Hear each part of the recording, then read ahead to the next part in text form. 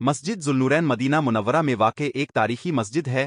یہ مسجد نبوی سے قریباً 1 کلومیٹر کے فاصلے پر واقع ہے۔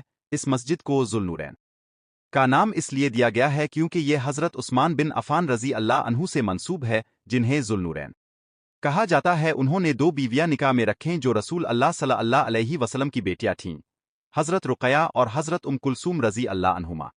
مسجد ذوالنورین کی تعمیر کا مقام وہ جگہ ہے جہاں حضرت عثمان رضی اللہ عنہ نے اپنی بیوی حضرت رقیہ رضی اللہ عنہا کے انتقال کے بعد حضرت کلثوم رضی اللہ عنہا سے نکاح کیا تھا۔ یہ مسجد اپنے تاریخی اور روحانی پس منظر کی وجہ سے اہمیت رکھتی ہے۔ مسجد کی موجودہ عمارت جدید طرز پر تعمیر کی گئی ہے۔ یہ مسجد زائرین کے لیے ایک اہم مقام ہے جو مدینہ منورہ کی زیارت کے دوران اس کی تاریخی اور روحانی اہمیت کی وجہ سے اسے دیکھنے آتے ہیں۔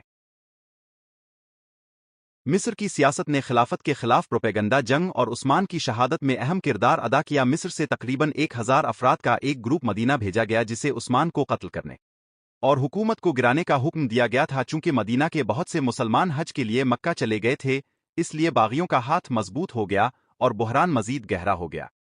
عثمان کے گھر کو باغیوں نے 40 دن تک محاصرے میں لے لیا، اور ان تمام دنوں میں عثمان دن میں روزہ رکھتے اور رات کو نماز پڑھتے۔ انہیں مسجد جانے اپنے گھر میں کھانا اور پانی لانے سے روک دیا گیا تھا۔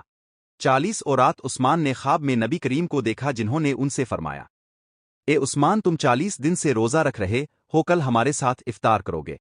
جب عثمان بیدار ہوئے تو ان کی بیوی نائلہ نے بتایا کہ وہ بہت خوش تھے۔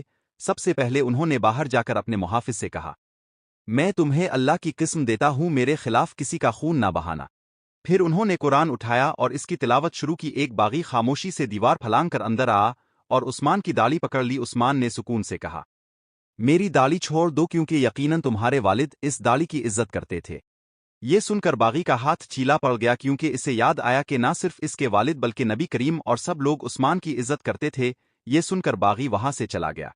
2 دیگر مصری باغی عثمان کے گھر میں داخل ہو گئے۔ سب سے پہلے عثمان نے اپنی شرمگاہ کو ڈھانپا، کیونکہ وہ اپنی آخری سانسوں میں بھی پردہ کرنا چاہتے تھے۔ باغیوں نے عثمان کے سر پر لوہے سے وار کیا اور ان کے سر سے خون بہنے لگا۔ خون کا پہلا قطرہ قرآن پر گرا اور خاص طور پر اس آیت پر، اللہ تمہیں کافی ہوگا۔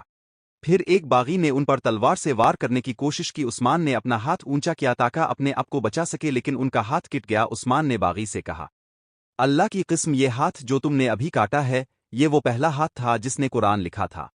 پھر انہوں نے عثمان کے پیٹ پر تلوار رکھی۔ ان کی بیوی نائلہ دوڑتی ہوئی آئی اور اپنا ہاتھ تلوار کے نیچے رکھ دیا، جس سے ان کی انگلی کٹ گئی۔ پھر انہوں نے عثمان رضی اللہ عنہ کے پیٹ میں وار کیا اور انہیں شہید کر دیا۔ ایک باغی نے ان کے سینے پر چھلانگ لگائی اور انہیں 6 مرتبہ وار کیا۔